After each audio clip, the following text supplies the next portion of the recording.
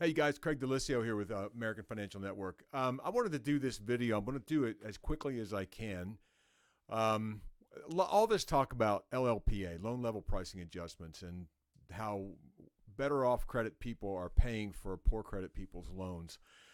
And I've heard arguments both ways. I'm going to give you the entire breakdown from start to finish and show you why this is bad. Nothing but pure communism. And this is what it is. Because I've heard people say, well, it doesn't really end up adjusting anything. And then I've heard people say, well, it's just the rich people covering their fair share.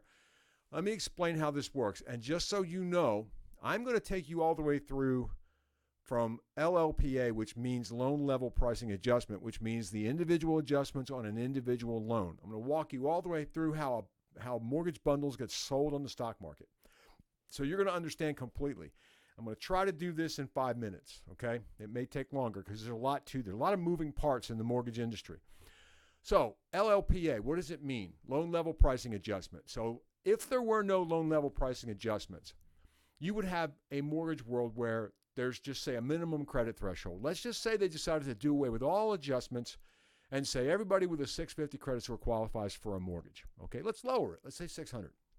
No adjustments for risk. So that's what adjustments are for. It's risk factors, okay? So in a perfect world, and according to Fannie Mae, perfect world was a 750 credit score with 35% down. You put down 35%, you're only financing 65% loan value. There are no risk adjustments because Fannie feels like there's simply no risk. All right? You put down so much money that they could not lose in a foreclosure. You have shown a great credit history with a 750 score. You obviously are a saver because you got some money. So there's, that's considered a riskless loan. Everything except that has risk.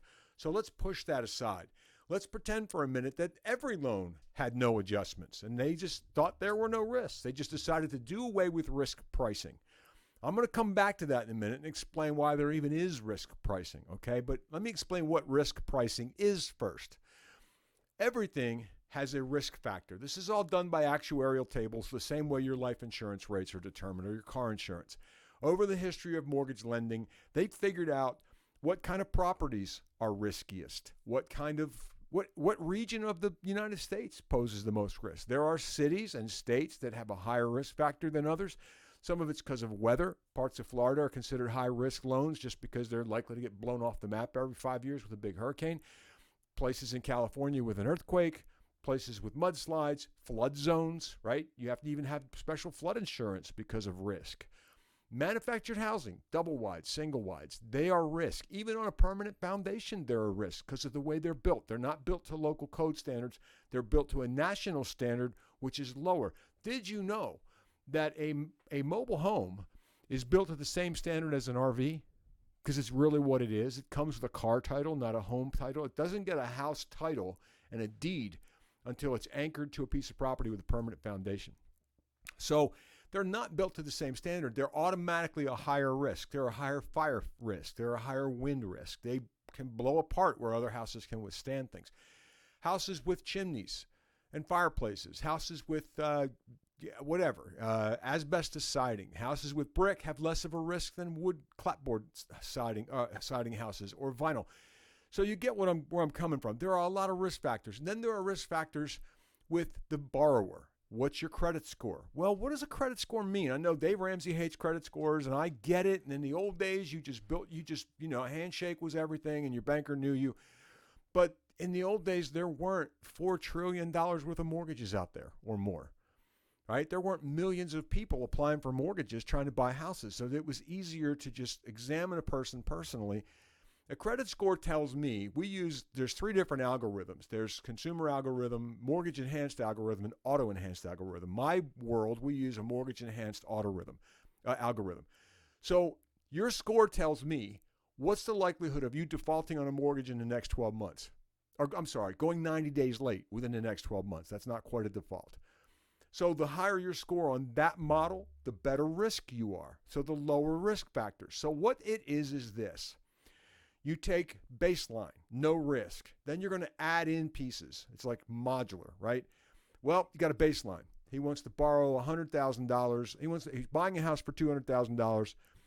How much is he putting down? He's putting down 5%. Okay, so you're putting down 5%. That's not a lot of a down payment. There's a risk factor for that. Price that in. What's his credit score? 667. It's not horrible, but it's really not that great. It's not way up there like you want. So there's an adjustment for that risk factor, okay? That gets added on. What kind of house is it? It's a double wide on a permanent foundation on 5 acres. Okay, double wide, 5 acres is fine. Double wide on a permanent foundation is kind of a high risk. There's a big adjustment for that. Typically a point to a point, 125 basis points to 150 basis points for manufactured housing. That gets added in. So these are digit numbers that are getting added on. It's a risk factor, right? So right now, at this point, doesn't represent a dollar value yet, okay? What other factors? Well, the county that it's in, there's no fire hydrants. So if the house catches fire, they're going to have to run a pumper in, from the fire department and carry water to this place, right? So there's a risk factor there.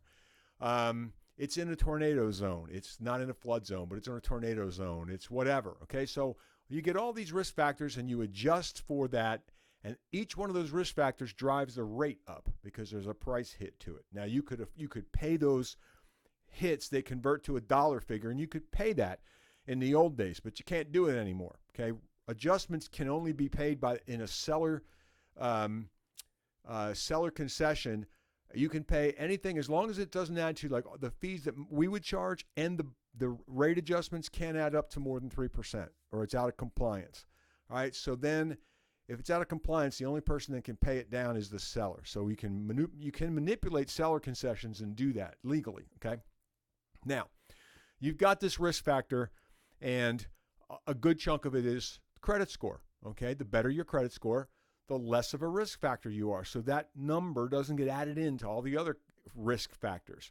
What does this all mean? Why is there a risk factor? Who's taking the risk? Well, immediately, my company's taking the risk, or whoever your mortgage lender of choice is.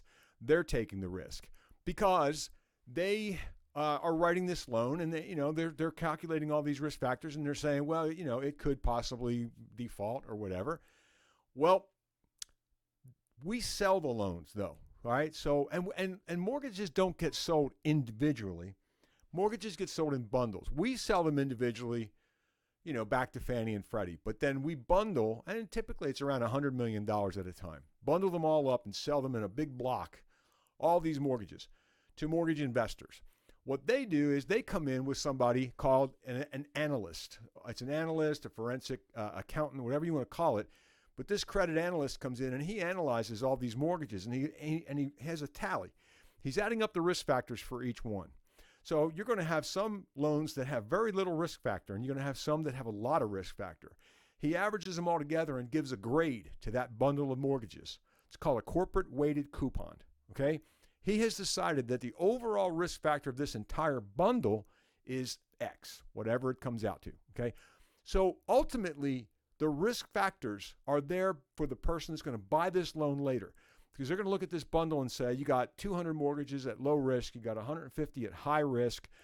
The low risk mortgages offset some. You also added the risk adjustments to these high risk loans, so there's more money in there. So if these people default on me, I've made some of it back in the risk adjustments. There's extra money built into this in the form of adjustment, okay?